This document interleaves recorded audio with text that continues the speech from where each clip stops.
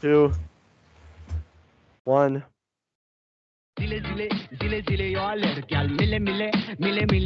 Welcome to this episode of the All Ball Podcast. It is Tuesday, March 8th. I am your host, Joseph Shelton, here with my co-host, Steve Shelton. Let's go. All right, today we will be talking about the Russell Wilson trade, the Aaron Rodgers signing, the Devontae Adams tagging, the Calvin Ridley suspension. That is in hour 1, and any other NFL news that happens to pop up. In hour 2, we will be talking about predicting the top 5 NBA players in 5 years. We will be going on to the QB power rankings, Russell Westbrook's troubles, and possibly some MMA talk. Sorry, we did not have a podcast last Thursday. There were some things that come up. We meant to reschedule Friday. It didn't work out. Whatever. We're back. This is the All Ball Podcast.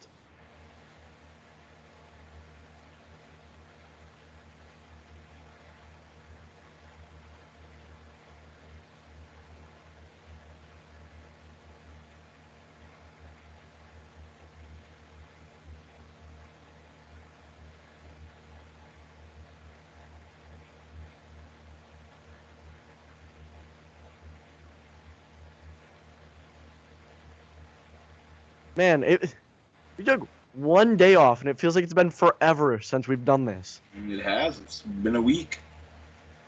A week. The NFL has been relatively stale, I would say, over the last couple of weeks, but yeah, until like the last 6 hours. Since this morning, 10 o'clock, whenever you texted me, there it is, I think you said. And I was just I said, God, there it goes. Then a couple hours later, I was like, check Instagram, and you're like, what's going on? Russ. Dude, lots of big news. So I think more interesting than a couple of the other things going on, I think the most interesting thing, and possibly the most NFL power moving, trade in a long time in the NFL is the Russell Wilson to Denver trade. Where I guess let me say, where do you think that ranks the Broncos right now in terms of contention in the AFC? It's hard to say because you know how I feel about Russell Wilson. Like, I am a Russell Wilson stan. Like, I love Russell Wilson, and the Broncos have a good roster, so you gotta think it puts them right there in contention for the title.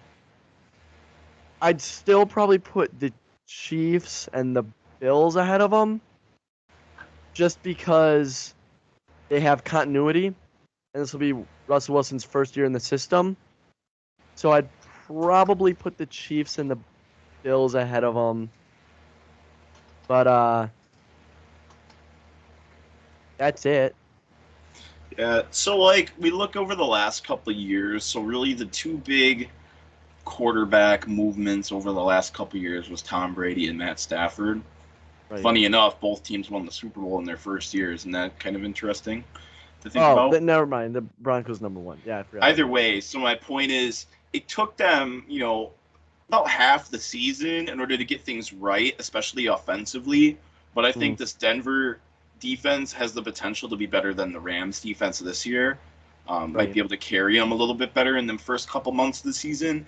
So I wouldn't be surprised if going into it, Denver, finishes like one of the higher wild card teams, but I wouldn't expect them to win their division year one. But they're definitely in my top 5 bubble. Honestly, when I think about it, all teams in my top 5 playoff Super Bowl contenders might be in the AFC. We kind of been talking about this back and forth today. But the AFC, kind of like the complete opposite of this last season, where I thought the NFC was just the runaway conference, just in terms of, the top of the league, the top of the conference was just better than the other half. And I think that completely flipped in one season. all these AFC teams are so young as well. Like some teams we're not even thinking about in Super Bowl contention is like the Ravens, who are going to be good, and the Chargers, who are going to be good, and There's the Cleveland, Bengals, if obviously, again. if Baker doesn't, Bills. if Baker isn't dumb, the Browns should be good with just how good their roster is. So there's like close to 10 teams, I think, in the AFC that are just really, really solid teams that, about half of those are probably in Super Bowl contention, but definitely all of those are able to win, multiple playoff games. Like the Colts, if Carson Wentz doesn't sell, they make the playoffs last year. The Titans are going to be good again. They were the one Titans. seed. Patriots might regress a little bit, but I don't know. It just depends on how Mac Jones develops. The Chargers. Chargers for sure. Raiders made the playoffs. They might go back a little bit, but they still are in that playoff talks. Basically, the whole AFC West, I think, could make the playoffs. The whole AFC North, depending on the Steelers situation, could make the playoffs. The whole Well, that's probably it. But then you got not the a couple other Dolphins and not the teams. Jets, and then You got a couple other teams in the other conferences, like not probably the Jags and not probably the Texans, but you got 2 teams in there, so that's 12 teams, right? dude, who are the bad teams in the AFC? The Jaguars, the Jags, the Texans, Jets, the Texans. The Dolphins also won 9 games last year. They were over 500, and yeah, they're No, I know that's what I'm saying. So there's only like 3 bad teams. And I could rattle off like 10 in the NFC. Uh-huh.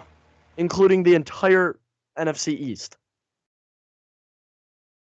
We didn't talk about that. We'll have to put the Cowboys on here, I think, too. Or maybe we'll just get to it in the first hour, but all the Cowboys drama that's been going on. Forgot to put that on there. So either way, I think this is just a major, major trade. This might be bigger than Matt Stafford last year. This has never happened before. He's a top, no matter what you think, he's top 5 quarterback in the league. Like, he just is. Russell Wilson is the top 5 quarterback in the league. And he's right in his prime.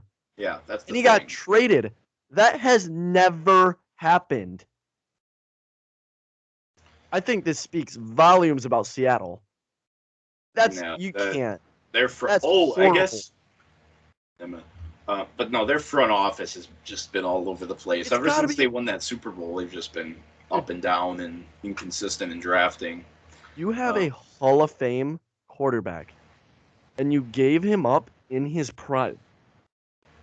He's 30, 31.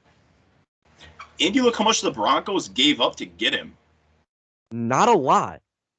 Dude, freaking. You should have been getting change, bro. Dude, 3 first-round picks is the maximum allowed. That's a non-starter. That's the starting. I'm gonna need 3 firsts, 3 seconds. That should have been the minimum. Yeah. Minimum. They didn't even get that. They got 2 firsts and 2 seconds. The only thing that sucks for Denver, really, is that they lost their starting tight end, who's young and looking good. But they have so many weapons on the perimeter offensively, just at receiver. And really, if you think about it, they could get somebody just as good in this year's draft, and then from the tight end position. Mm-hmm. So, no, they give up. If Denver, I think Seattle made up. That's horrible. Like, if Denver addresses the offensive line, they might be my favorite going into next year. Like, their offensive line isn't bad. They could just definitely improve on that. They might be my favorite. Hey, Russell Wilson retires today. Is he a Hall of Famer? I would say. See, he's got 8 years left. So I mean, I would say no. No, but he's gonna be. Okay. So I would basically say a lock unless he dies. I would say he is. Just because you look the last time he had a good team, they were in the Super Bowl. Right. So I would say he is.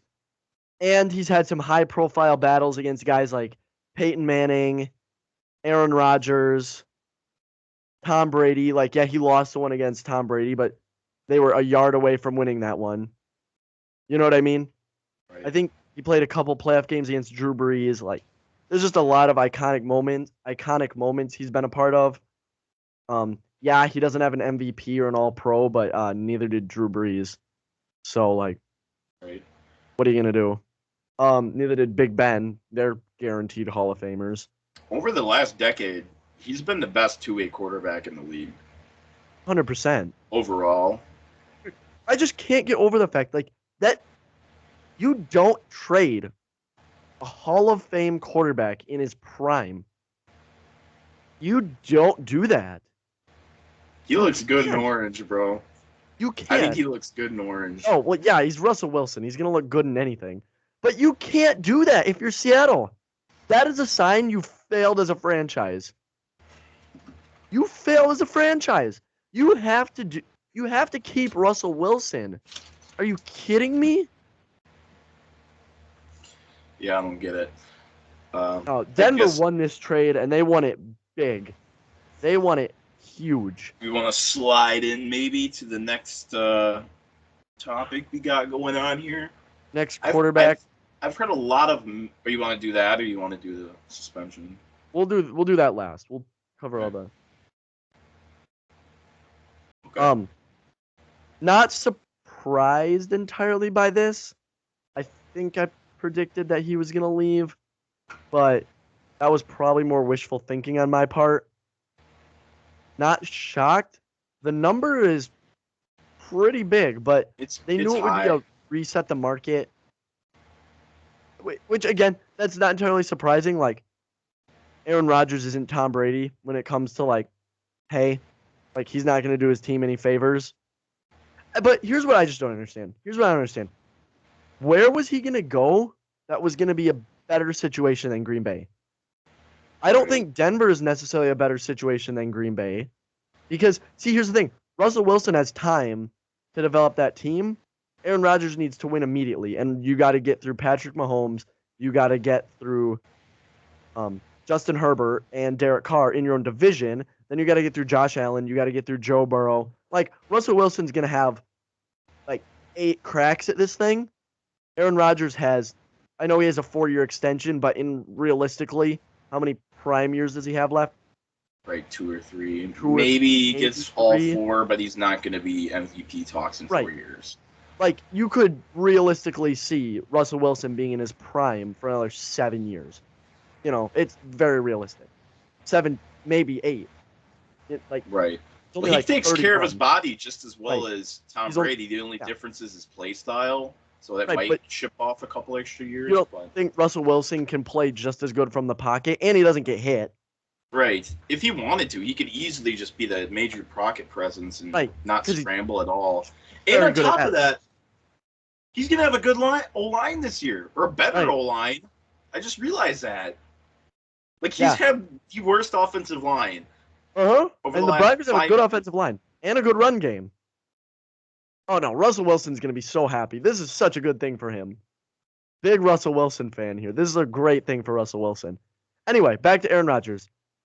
So if you look at, like, all the major, like, teams that he could have gone to, Pittsburgh, Denver, Tennessee, all these teams have a flaw. And what's Green Bay's flaw? They don't attract free agents. Well, right now, they have everyone they need. They have everyone they need. They had everyone they needed last year, right? They just didn't get it done. Right. Grass isn't always greener on the other side, and continuity is huge. So I just don't understand what his gripe was. That he didn't have enough weapons? God, you had the number 1 receiver in the league. The whole thing started. Top 5 running back. The whole thing. Probably, maybe the best running back duo in the league. Maybe the best.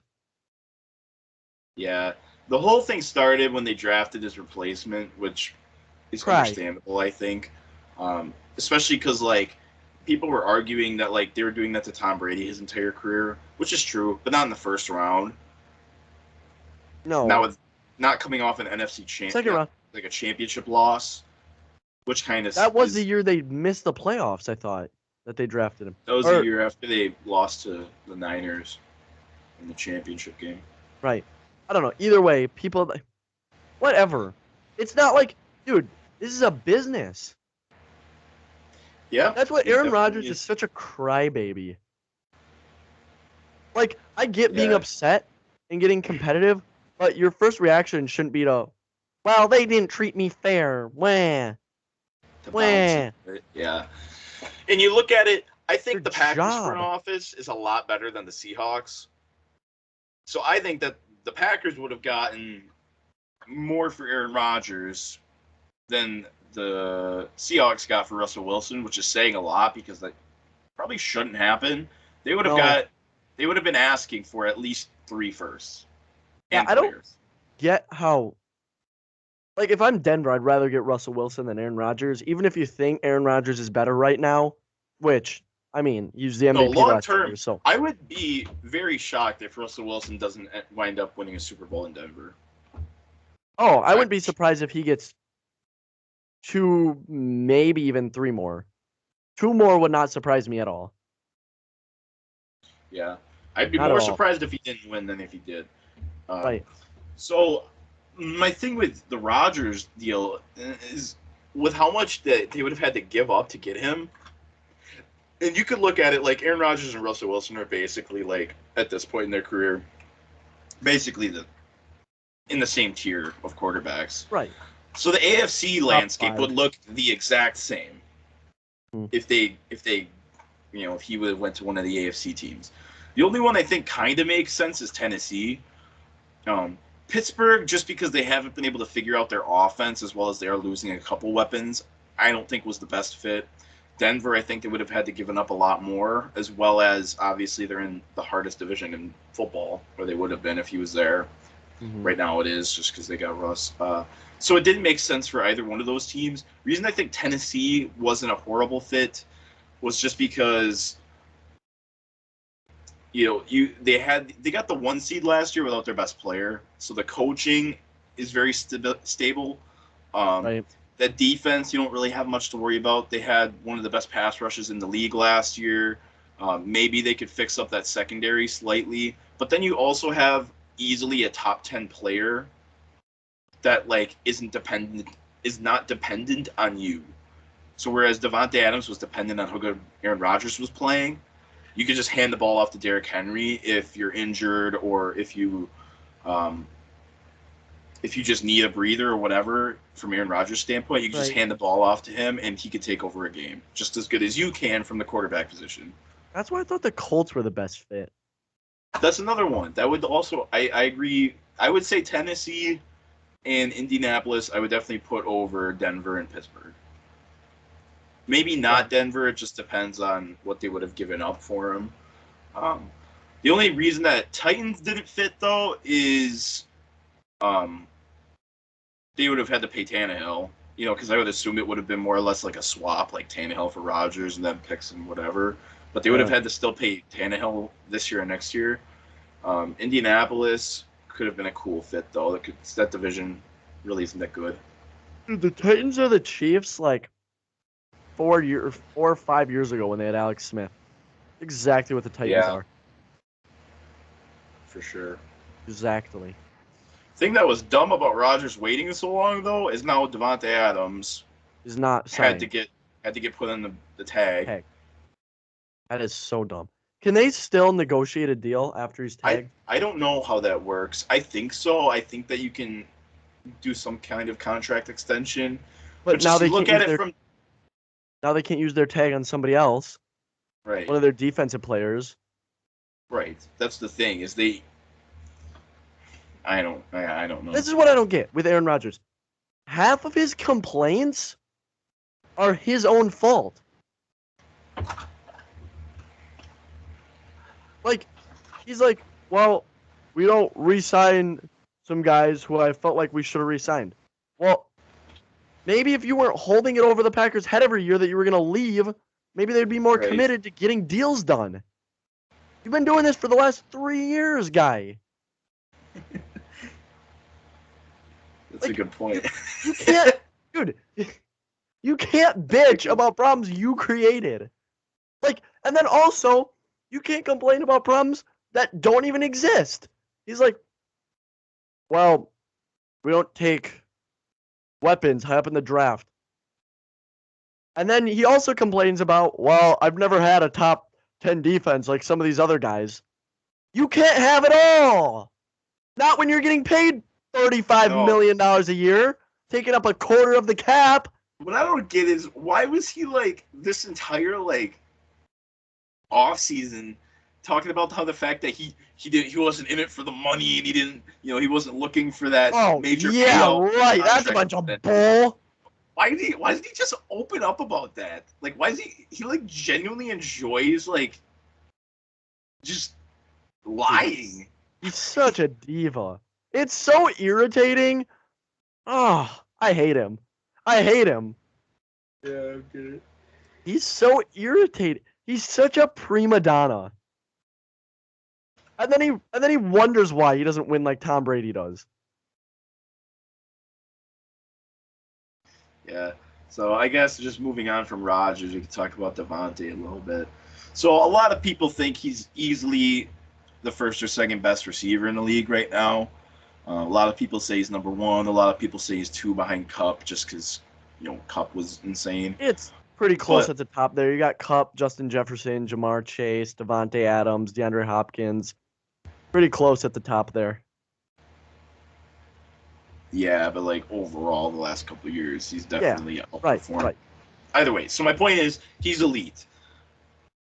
So the fact that, and I think that that's kind of what puts their offense above a lot of other teams, is how dynamic he is from the receiver position. Because he can go out there every single game and give you 100 yards, give you a quarter of your offense that you should. Because like a good NFL team will get like 300 to 400 yards of offense and like put up close to 30 points, somewhere in there, around that.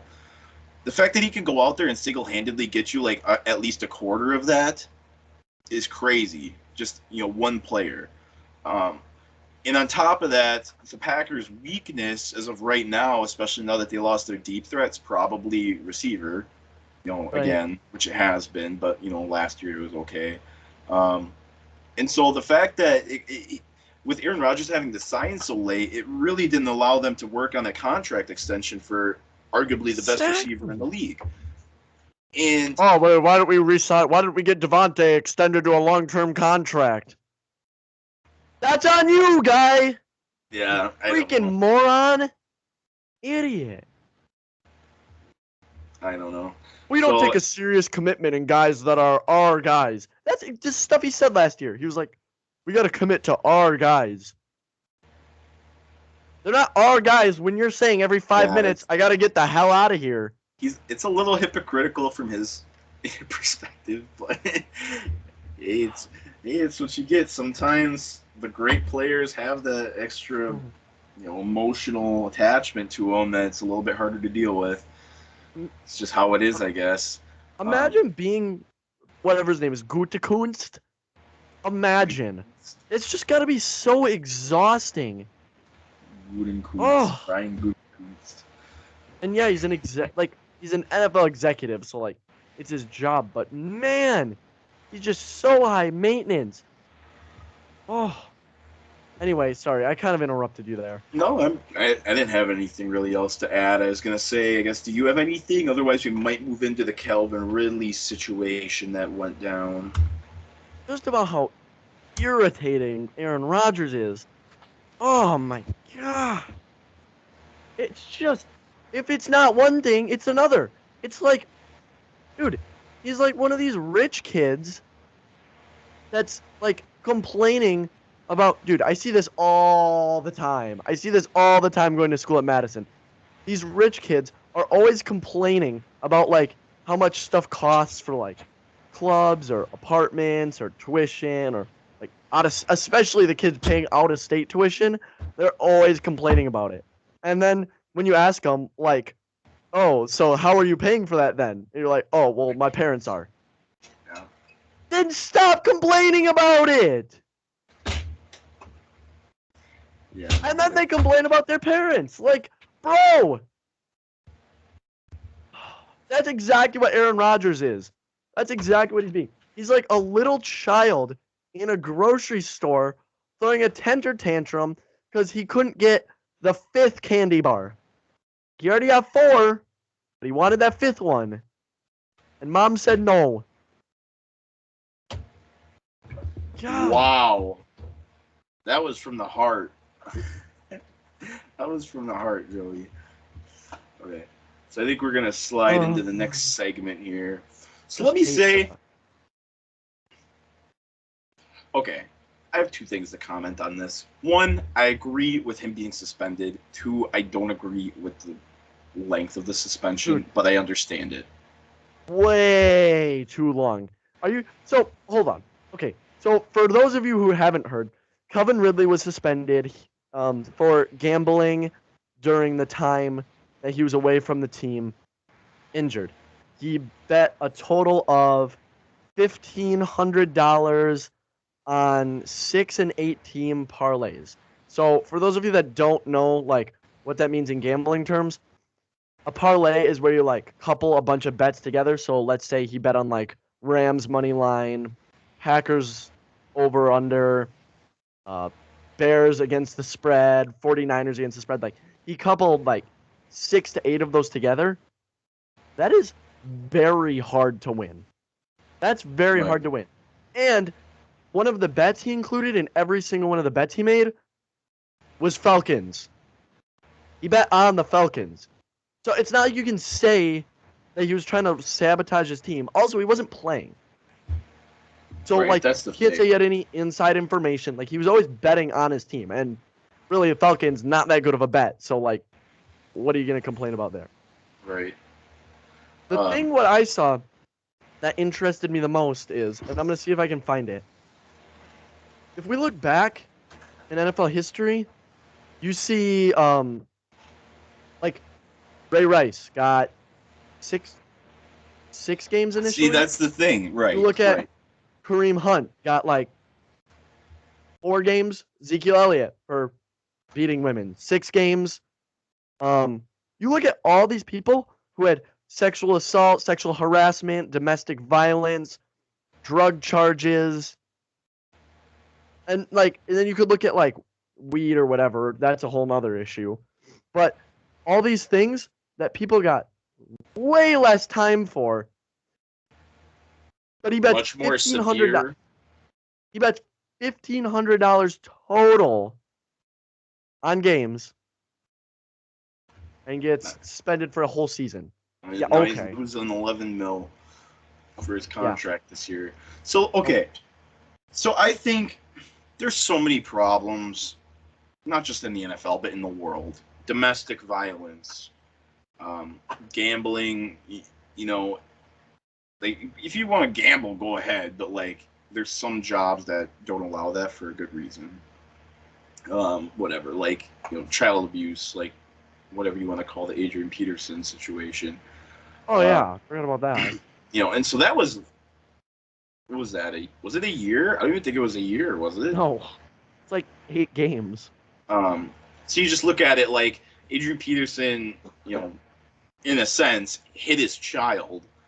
That's 3 kill. You know, warrant of half the punishment of a guy gambling. So the reason it's not good for, you know, anybody, any athlete to do so, is because it really takes away from the integrity of the sport. Just because you look at it, you know, players can easily fix games single-handedly. So basically, they want to completely negate and completely get rid of gambling out of any franchise in any sport, which I 100% agree with.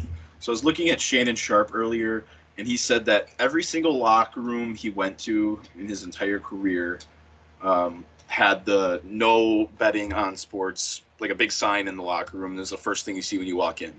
Yeah. Because there's a major issue in the 90s. You look at Michael Jordan, the best player in the NBA, had a lot of gambling scandals, you know, which I don't know if they were ever proven true or not, but either way, he could have got in trouble for that. Only reason they do that is so fixing games is obviously not good. But on top of that, like, let's just say casinos and, you know, all these sports betting apps or whatever know that you're into that kind of stuff. They could easily pay you an absurd amount of money to throw a game. They can easily contact you and get involved in that. So that's why they completely just want to get rid of it from all the players. So, Calvin Ridley bet, even though it was only $1,500, he bet money, so he deserves a suspension or a fine. A year, though, he's not even playing, so it's not like he could even affect the outcome of the game. Still, because they just completely want to get rid of people betting. No, I get that. I get that. Yeah. So I completely agree with him getting in trouble for this. Only problem just being is the sentence on that. The length of it's really overstretched. And, you look at it like gambling really hasn't been like a major issue in football. I saw a list. There's only been like a handful of players, like 5 or 6 players in the history of the NFL that's been suspended for gambling. Right. A lot of those, funny enough, a lot of those players were actually suspended for a year, so at least they're kind of consistent with it. It's just a little... They're just so inconsistent with everything else. Yeah. Dude, listen to this. Ray Rice. We all know what Ray Rice did. He beat his fiance. That was the elevator one, right? Yep. Yeah. 2-game suspension on video, beating his fiance. Greg Hardy beat his girlfriend, again, on video. 4 games. Adrian Peterson, felony child abuse. 6 games. Ezekiel Elliott, hitting women. Multiple accounts. 6 games. Calvin Ridley, using FanDuel. 17 games. What are we talking about? What the hell are we talking about? Using FanDuel. Dude, seriously. Tyreek Hill. What was his suspension? Kareem Hunt kicked his girlfriend across a lobby. Yeah.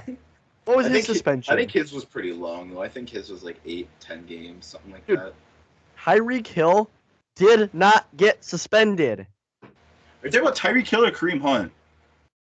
Tyreek Hill did not get suspended. I don't know what Tyreek Hill did. Beat his fiance. Oh. Didn't get suspended.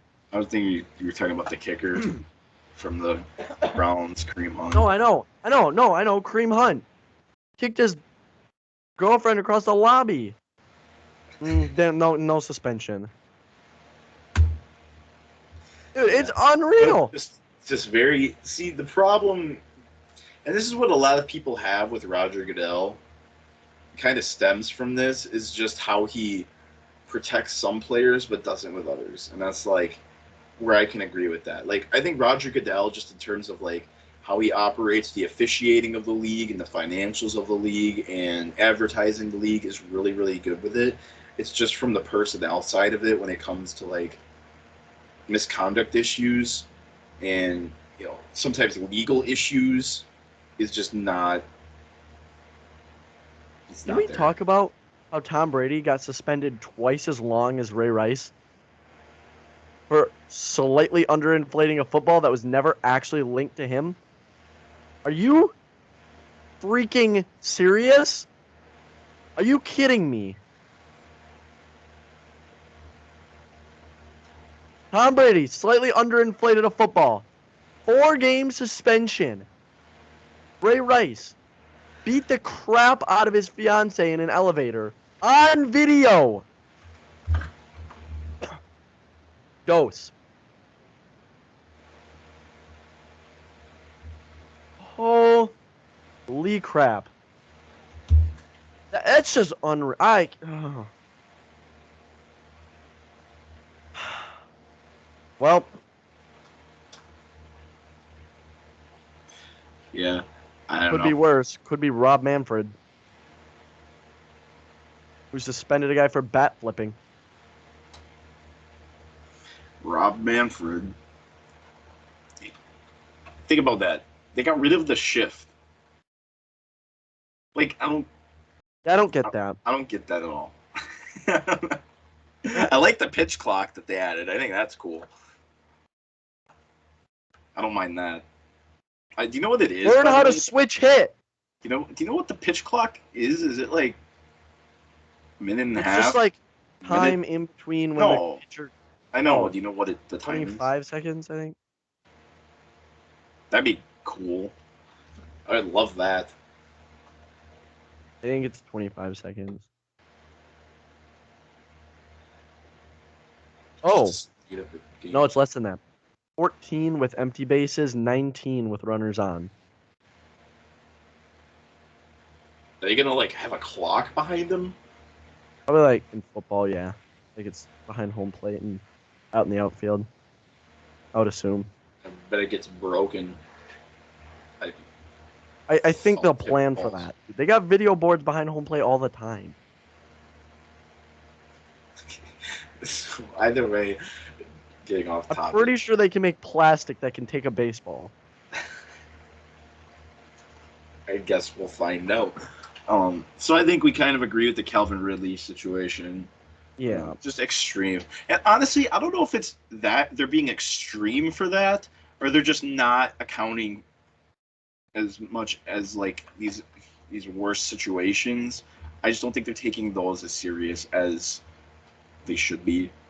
But this is No, even not at all. They're not. They don't take domestic violence seriously at all, and it's really hypocritical because the NFL, like, they always try to be like well, they always get on social board with justice, stuff. like Yeah, right. all this other stuff, and they had a whole thing for Me Too and whatever, and then when it comes down to it, they don't take it seriously at all, and it's highly irritating. It's highly irritating because, and in the end, this is like what we talked about with a couple weeks ago with the NBA. Really, it comes down to money, and you want your best players on the field. So, Tom Brady. yeah, I don't know. Honestly, it was probably better for them that he didn't. Like, people probably cared, like, you know what I mean? Like, Yeah. that's not really. But it's the NFL and the NBA love to signal, but when it affects the bottom line, they're not for it. So that's why I find that a high, like, that's a high sense of irritation to me. Because just don't then. Either do it or don't. Anyway, You want to talk about the Cowboys quick? yeah, I mean the Cowboys just had some. So what? They released They're going to release what's his name, Amari Cooper. and they re-signed. They're going to re-sign Michael Gallup. Right. And they're That makes probably sense. going to lose either Randy Gregory or DeMarcus Lawrence. And they already franchise tagged their tight end, and so they're paying him quite a bit of money, so they're not going to be able to keep all these guys. Dallas Goddard. Dalton Schultz. Oh, He was wait. good. Dallas He's Goddard is on the the Eagles. Eagles. Eagles are winning the East, bro. I'm I telling don't you. agree with It's that. the Cowboys. It's the most Cowboys thing to be coming off of a successful season, especially when you look at their standards. And to That just reminds me. blow it.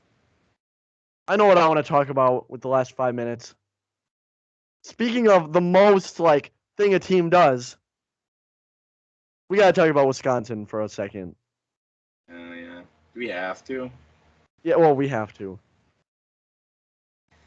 The Wisconsin Badgers are made to let me down. That's what they're made for. They are built to let me and the rest of the state down. It's what they do. They come off a huge win against Purdue to clinch a share of the Big Ten title, to come back and get trounced by Nebraska. And now they get a co-title with Illinois.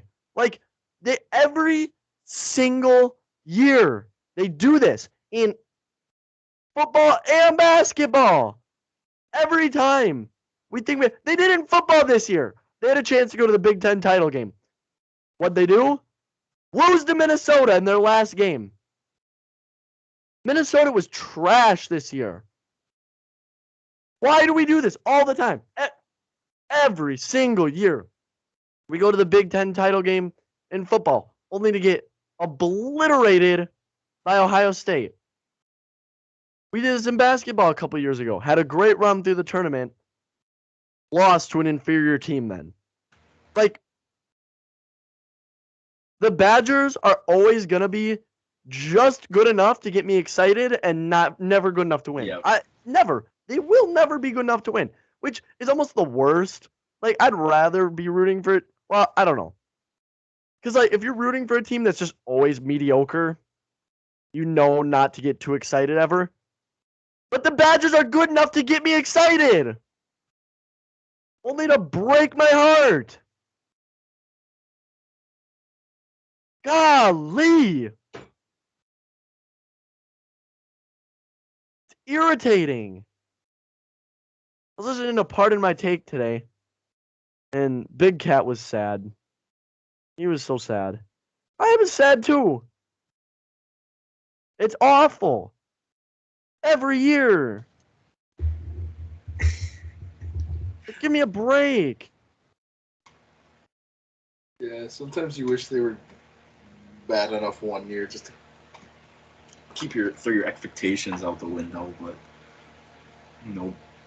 We're never winning a title. No, we're just not. Like, we had a great shot at the 1 seed this year. Well, that's out the window. That's gone. We're not getting a 1, 2 or 3 now, which is good. Don't get me wrong. Like at the beginning of the year, we were picked to be like 10th in the Big Ten and not in the tournament. Like, at the beginning of the year in bracketology, the ESPN had us out of the tournament. So the fact that we're going to get a 2 or 3 seed, still a really good season, but it's not good enough.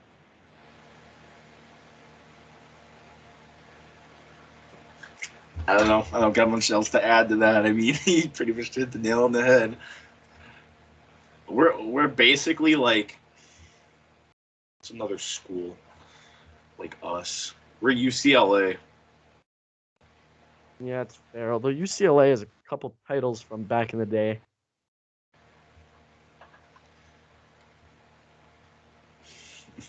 Houston, Wisconsin, and Houston. I would argue three us seed in blocks. I would argue that us and Michigan are pretty equivalent for football and basketball, except for the fact that every once in a while Michigan breaks through. Like, this year they made the playoffs. Like, I'd consider that a breakthrough for them. You know, like, I don't even know if we'll ever make the playoffs for football. Like, I feel like we're better consistently than Michigan, but when Michigan's good, they're actually good. You know, like, I don't know. It's just sad. All right, you got anything else? I don't know. Maybe, hey, because we're Bengals fans for football and all, you just want to be Cincinnati fans? Or college? Oh, not really. Sports. No, I feel like they'll let me down. They made the playoffs. Think about that. Cincinnati's made the playoffs more recently. Oh my God, you're right. Oh, right. Bearcats, baby. Dude, that's like Michigan making the playoffs this year for football. Like, we've been better than them for like how many years in a row now, especially since the playoff has started. We've been better than them. And they make it before we do. Like, it's just so irritating. Dude, Washington has made the playoff.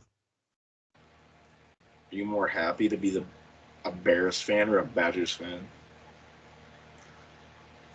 I don't know.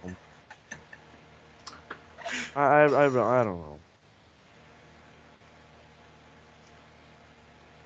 Maybe a Cubs fan. Maybe they won. They'll tie me over for a while. I don't know. Bears fan, Badgers fan. What difference to make? Let's just say we're Bucks fans. Yeah, whatever. All right. On that note, we'll see you here next hour. Taking a break. Bye. We'll be back next hour to talk about more stuff in the NBA.